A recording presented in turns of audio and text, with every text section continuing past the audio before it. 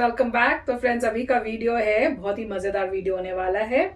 तो ये वीडियो है अभी जब वो आ गए हैं नीरज चोपड़ा, उनके जो है उनको अवार्ड सेरेमनी कर रहे हैं, तो उसकी वीडियो है। तो वीडियो शुरू करते हैं और देखते हैं भैया क्या हुआ। मेरे ख्याल से अशोका होटल की वीडियो है।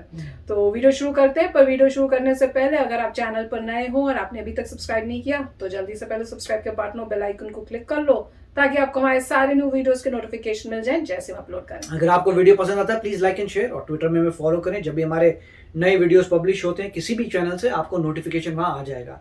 चलिए शुरू करते हैं। और हम सब वो तस्वीरें भी देख रहे हैं। सबके पीछे जो दिलचस्प तस्वीर सामने आई है, गोल्डन बॉय नीरज चोपड़ा। अपने माँ बाप से उन्होंने मुलाकात की, अपने पिता को उन्होंने अपना गोल्ड मेडल दिखाया, उनका आशीर्वाद लिया, और किस तरह से मुंह मीठा कराता हुआ परिवार। उसकी ये तस्वीरें, सतीश उनके पिताजी हैं। आज मेरी उनसे बात भी हुई थी शाम को, जब वो अपने गाँव से राजधानी दिल्ली आ रहे थे। यकीनन और भारत को रिकॉर्ड मेडल जिताने का काम किया। आपको बहुत बहुत बधाई और बहुत बहुत शुभकामनाएं देना चाहता हूं। वैसे नीरज जी, चूरमा और गोलगप्पे तो हम आपको भी खिला नहीं पाए, सिंधु को आइसक्रीम नहीं खिला पाए। अब प्रधानमंत्री जी जिस दिन बुलाएंगे तो सबको खिलाएंगे। और जिस देश के प्रधानमंत्री आपके जाने से पहले एथलीट से बात करें, हमसे पूछें किसकी ट्रेनिंग कहां पर चल रही, कैसे चल रही है, परिवार के लोगों का मनोबल गिरा तो नहीं है, किसी को कोविड तो नहीं हुआ, वैक्सीनेशन हुई कि नहीं हुई, और अगर हमारी टीम कोई हार भी गई तो अगले इवेंट के बीच में बात करके मनोबल बढ़ाने का काम भी जिस देश का प्रधानमंत्री करता हो, उसका नौजवान पीछे रुकने वाला नहीं।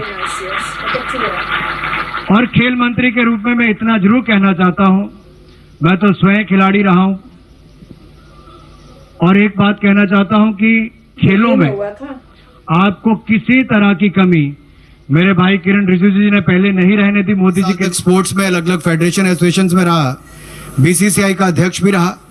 इतना ही कहूंगा, आपने इस बार साथ लिए हैं तो अगली बार के लिए देश के हर कोने में, उत्तर से लेके दक्षिण तक, पूर्व से लेके पश्चिम तक, लोगों के दिलों में आज जागी है। असम की बेटी लवलीना हमारे बीच में बैठी है, हमारे बीच में रवि दहिया, बजरंग पुनिया बैठे हैं। क्या आपको नहीं लगता कि इनको देखकर लाखों नहीं करोड़ों लोग खेल मैदान पर उतरेंगे, और जब आज का युवा उतरेगा तो मेडल जीतने की आस के साथ उतरेगा, और 24 और 28 की ओलंपिक में हम इस रिकॉर्ड को तोड़कर भी ज्यादा मेडल जीतने का काम करेंगे। आपने आज के हिंदुस्तान के युवाओं के बीच में एक नई एस्पिरेशन खड़ी की, आशाएं आकांक्षाओं को बढ़ाने का आपने काम किया है। और ये नया भारत जो है वो बहुत अलग सोचता है। इस न्यू इंडिया के लिए आप न्यू हीरोज हैं।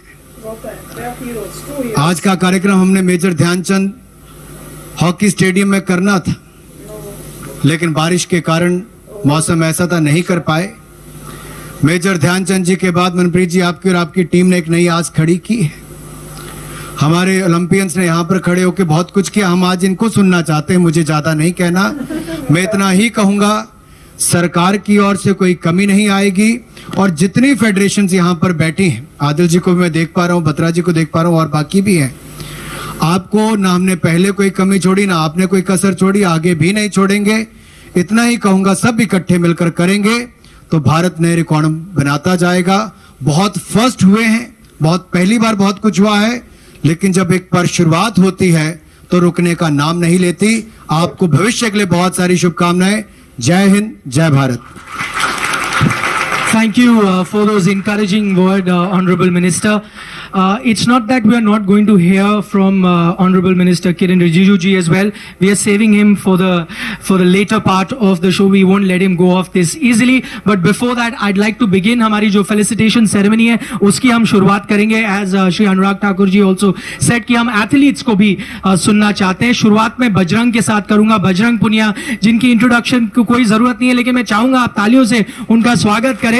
65 किलोग्राम कैटेगरी में उन्होंने ब्रॉन्ज मेडल जीता। बजरंग, अगर if I could request the three ministers please to come forward and give him a memento, a shawl as well as a bouquet.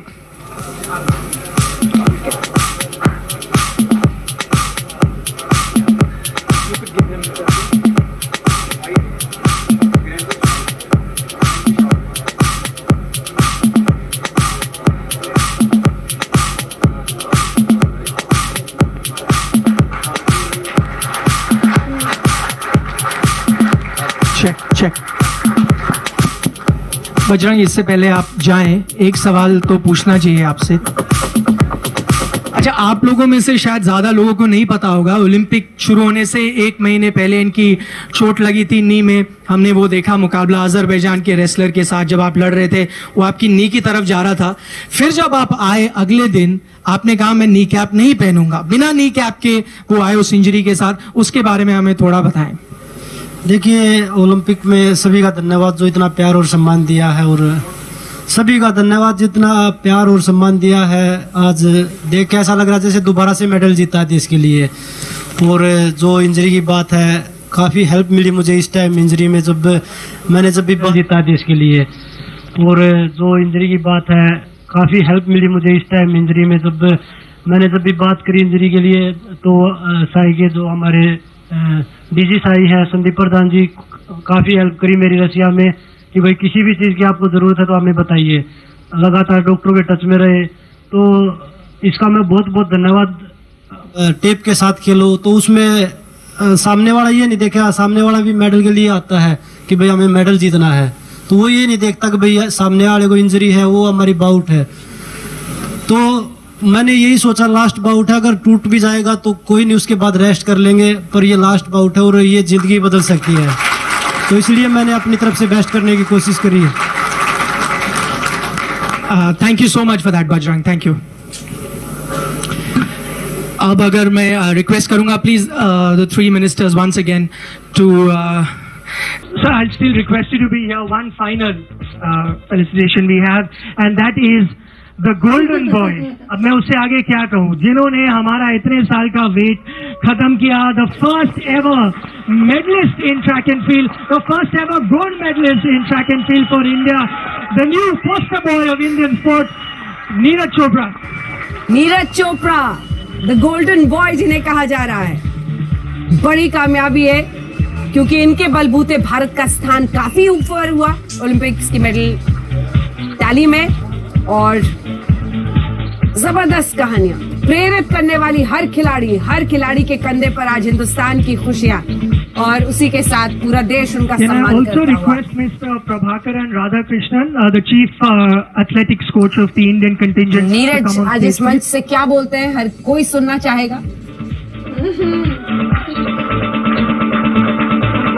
आज सुबह से ही हम आपको उनके घर से दिखा रहे थे, कैसे माँ ने कहा था कि उनके पसंद का चूरमा जो उन्हें बहुत पसंद है वो खिलाने वाली है। तमाम खिलाड़ी अपने डाइट को लेकर, अपनी मेहनत, अपनी प्रैक्टिस, अपने वर्कआउट को लेकर इतने दिनों से तपस्या करते हैं कि आज जब खुशी का दिन आता है तो आप अंदाजा लगा सकते हैं कि एक माँ के लिए, एक पिता के लिए, एक पूरे देश के लिए कितनी बड़ी कामयाबी और कितना गर्व नीरज चोपड़ा की इस कामयाबी पर। वापस लेके जा रहे हैं। नीरज, सवाल नहीं पूछूंगा मैं आपसे, आपने सुन ली है तालियां, जरा इनको कुछ बोलिए। सबसे पहले तो हेलो, सबसे पहले तो सभी को नमस्ते, और आप सभी को बहुत बहुत धन्यवाद कि आपने बहुत सपोर्ट किया। और मैं सबसे पहले तो ये दिखाना चाहूंगा गोल्ड मेडल ये मेरा नहीं, पूरे इंडिया का है। और मैं उस दिन से ही अपनी जेब में लेके घूम रहा हूँ मेडल को।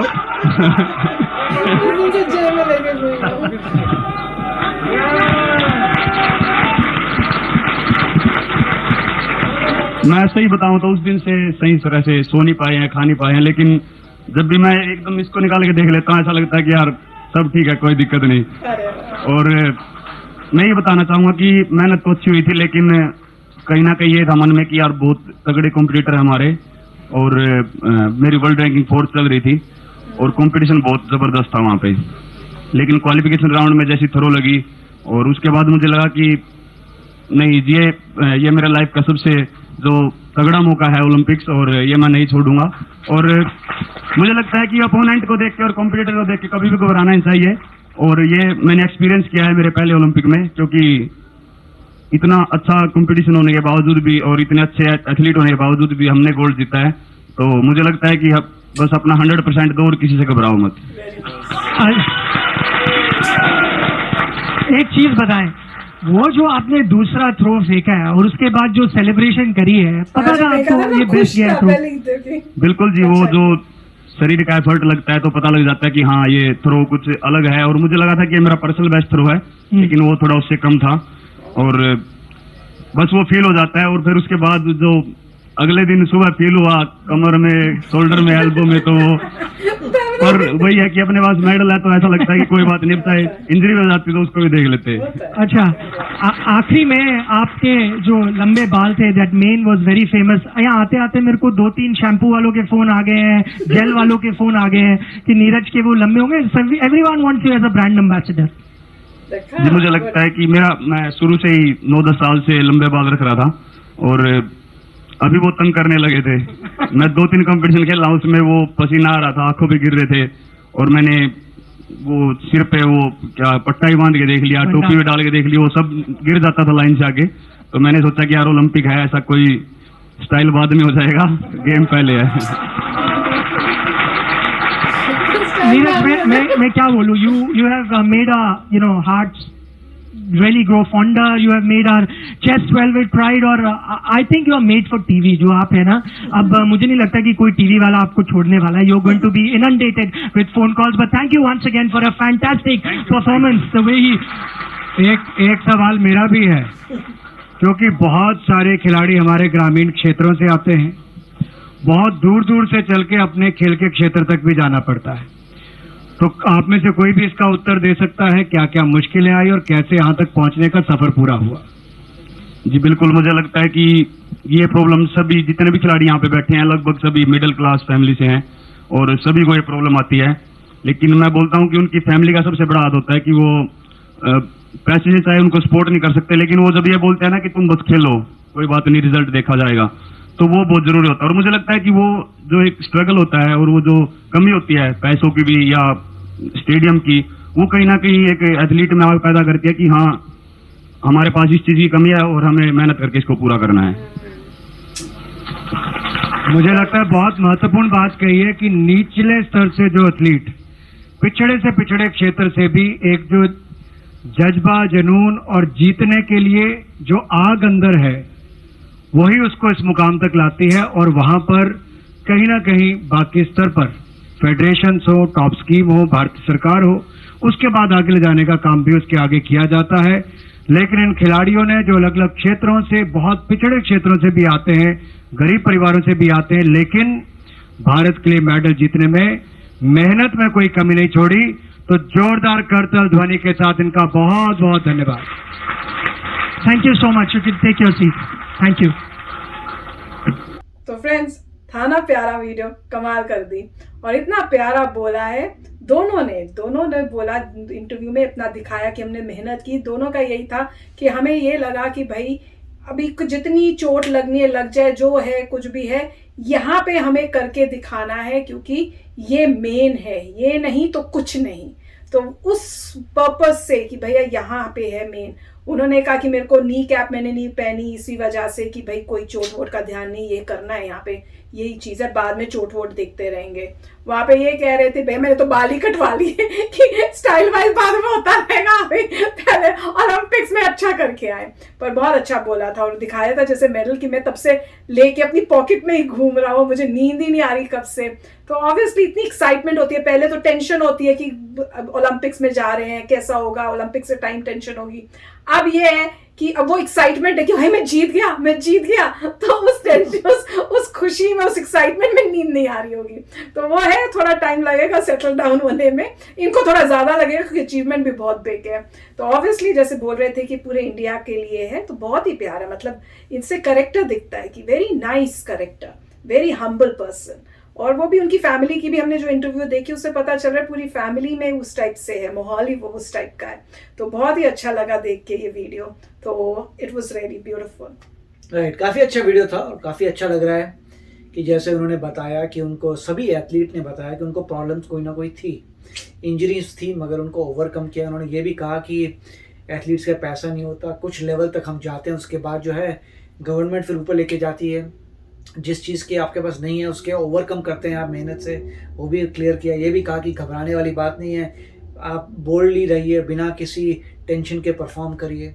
तो काफ़ी अच्छे पॉइंट्स दिए थे। उन्होंने ये भी कहा था, जो मिस्टर बजरंग हैं उन्होंने यही कहा था कि अगर मेरी नी कैप टूट गई मुझे फ़र्क नहीं पड़ता, अगर जीत जाऊँ तो लेट्स ओके, बाद में मैं नी कैप कराता हूँ ठीक, मगर जीतना ज़रूरी है। क्योंकि पिछले में हो सकता है पता चल रहा है कि उन्होंने नी कैप पहना होगा तो दूसरे बंदे को दिखा होगा तो वही अटैक कर रहा होगा देख के भाई यहाँ इंजरी लगी है, तो उसके बाद ऐसा कुछ हुआ होगा और नेक्स्ट में हो सकता है उन्होंने हटा दिया हो कि पंगा ही ना हो कि होगी ठीक और सीधा कराओ। तो बहुत ही सैक्रिफाइसेस लग रहे हैं। सभी ने यही कहा था कि देखिए आपका पैसा नहीं होगा मगर आप ओवरकम करते हैं मेहनत करके।